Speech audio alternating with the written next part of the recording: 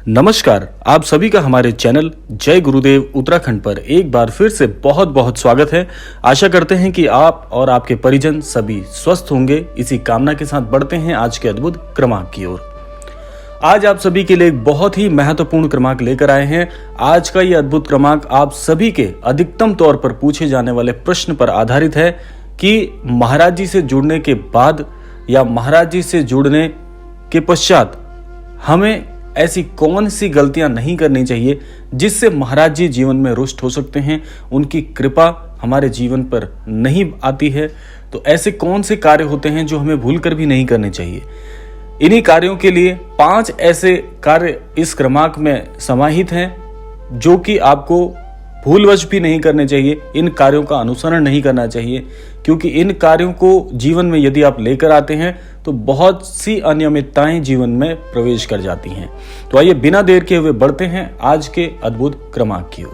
पहला कार्य जो कि आपको भूलकर भी जीवन में नहीं करना चाहिए वह है जीवन में असत्य का उपयोग। जीवन में असत्य का उपयोग यदि आप जीवन में शामिल करते हैं या असत्य के द्वारा अपने जीवन में कोई भी कार्य करते हैं,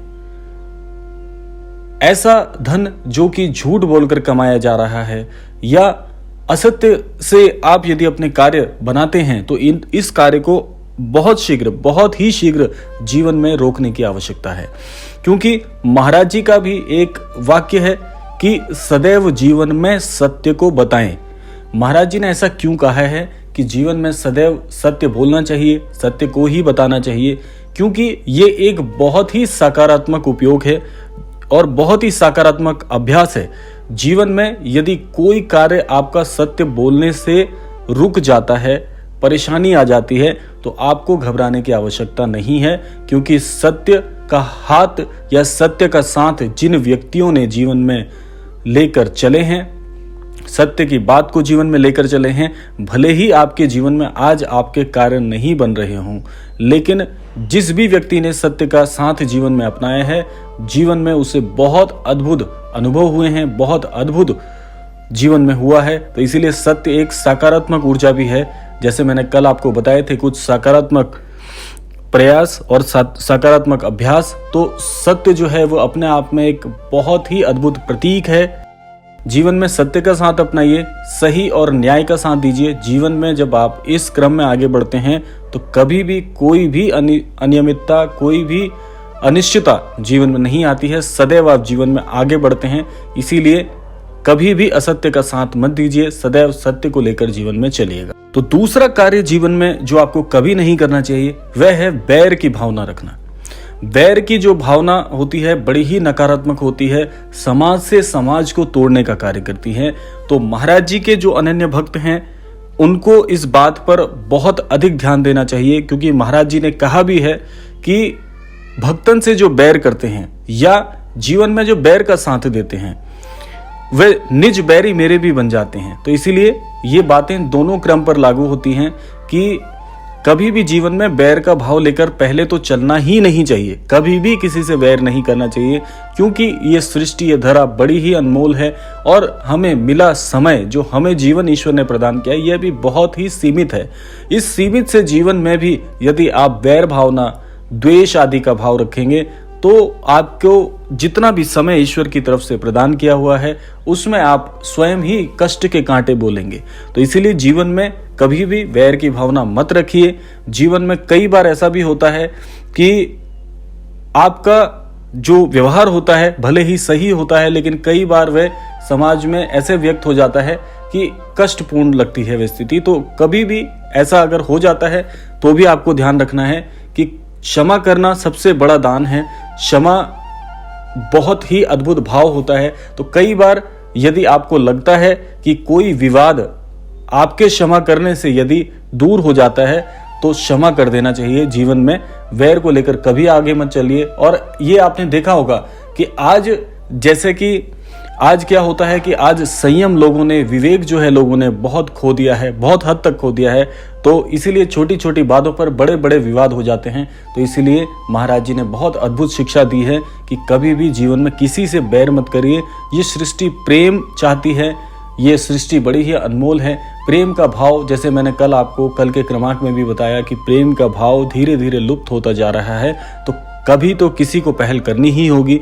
यदि यह क्रमांक आज बहुत से लोगों के हृदय में प्रेम का भाव जागृत करने में सक्षम होता है, तो मैं इस क्रमांक को बहुत बहुत धन्य समझूंगा। आप सभी बहुत ही विद्वान जन हैं, इस बात को बड़ी गहराई से लीजिएगा कि इस सृष्टि में प्रेम के भाव का संचार हो, यही कामना करते हैं। तो इसलिए जीवन में कभी भी द्वेष और बैर की भावना के साथ आगे मत बढ़िए, ये केवल और केवल आपको पतन की ओर ले जाती हैं।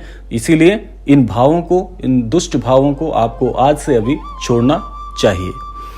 तो तीसरा कार्य क्या है? तीसरा कार्य या तीसरी गलती हम जीवन में वह करते हैं कि हम सहायता तो करते हैं, जैसा कि महाराज जी कहते हैं कि दूसरों की सहायता करने से आपके जीवन में बहुत अद्भुत परिवर्तन होते हैं जो कि सकारात्मक होते हैं। लेकिन कई लोगों की यह आदत होती है कि अपने द्वारा किए गए पुरुषार्थ का बखान स्वयं के मुख से हम कर बैठते हैं, जो कि हमारे द्वारा किए गए पुरुषार्थ को बड़ा ही क्षीण कर देता है, बड़ा ही शून्य सा बना देता है। तो इसीलिए आपको एक बात समझनी होगी कि यदि आप पुरुषार्थ कर रहे हैं या दूसरों की सहायता कर रहे हैं, तो उसका गुणगान अपने मुख से कभी करें ही मत, क्योंकि ये सृष्टि बड़ी ही विद्वान है, ये सृष्टि सब कुछ जानती है और आपके द्वारा किए गए पुरुषार्थ का जो फल है वह तो आपको प्राप्त होगा ही होगा।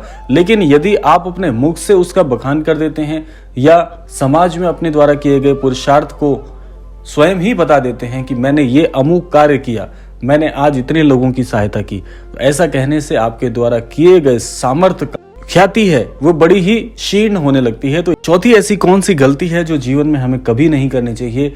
वह है ईर्ष्या करना। महाराज जी इस बात पर भी बल देते हैं कि जो लोग जीवन में दूसरे व्यक्ति से या दूसरे व्यक्तियों की तरक्की को देखकर चलते हैं, ऐसे व्यक्ति जीवन में कभी सफलता नहीं ग्रहण कर पाते। ऐसे व्यक्तियों को सफलता जीवन में अक्सर मिलती ही नहीं है। इसका कारण क्या है? देखिए, कारण यह है कि हम अपना सारा जो वेग है, अपने जीवन के जो सारे सामर्थ्य हैं या अपनी बुद्धि का जो अधिकतम भाग है, वे दूसरों की सफलता से जलने में लगाते हैं। इससे क्या होता है कि हमारे अंदर स्वयं को आगे लेकर आने की, स्वयं के कार्यों को करने की क्षमता धीरे धीरे से खत्म होनी प्रारंभ हो जाती है, क्षीण होना प्रारंभ हो जाता है। तो हम क्या करने लगते हैं, जब हमें दूसरों से बहुत ज्यादा ईर्ष्या होती है तो हम अंतर मन में उस व्यक्ति के लिए बहुत से बुरे भले शब्द भी कह देते हैं। हम कभी नहीं चाहते कि ऐसा व्यक्ति जीवन में कभी तरक्की करे। इस भाव से क्या होता है, क्योंकि सृष्टि जो है वो कर्म चक्र के बंधन में पूरी तरह से समाहित है और कर्म अनुसार जैसा हम दूसरों के लिए बुरा बोलते हैं या बुरी कामना करते हैं, वही बुराई और बुरे बोले हुए शब्द जीवन में पलटकर हमारे जीवन में आ जाते हैं। उस अमुक व्यक्ति को तो नहीं लगते वे शब्द या उसके लिए बुरी भावना उसके जीवन में नहीं जा पाती, क्योंकि वह व्यक्ति तो बहुत है अनजान है इस बात से कि उसके लिए कोई ऐसी बुरी कामना कर रहा है। वह तो निर्दोष है और आप जानते हैं कि निर्दोष के लिए किसी निर्दोष व्यक्ति को सजा देना कितना कितना महापाप है। तो इसीलिए जो भी आप बुरे कार्य या बुरी भावना दूसरों के लिए बोलते हैं, ईर्ष्या करते हैं, उसको आज इसी क्षण से रोकने की आवश्यकता है। पांचवा जो कार्य है जो आपको भूलकर भी नहीं करना चाहिए, जो कि जीवन में केवल और केवल आपको पछतावा ही देगा, वह कार्य है कि जीवन में जितने भी बुरे अनुभव हुए हैं, जीवन में जो भी गलतियां हुई है, अब पलटकर उसको आप बदल तो सकते नहीं। इसीलिए और एक नियम है सृष्टि का, जब भी हमसे कोई बहुत बड़ी गलती हो जाती है, जितने भी कार्य हमसे खराब होते हैं, उसके लिए अंततः हमें पछतावा ही होता है। तो पूरे जितने भी अनुभव जीवन से जा चुके हैं, जो अब इतिहास बन चुके हैं, उस पर सोचकर अफसोस करके अब कोई फायदा नहीं।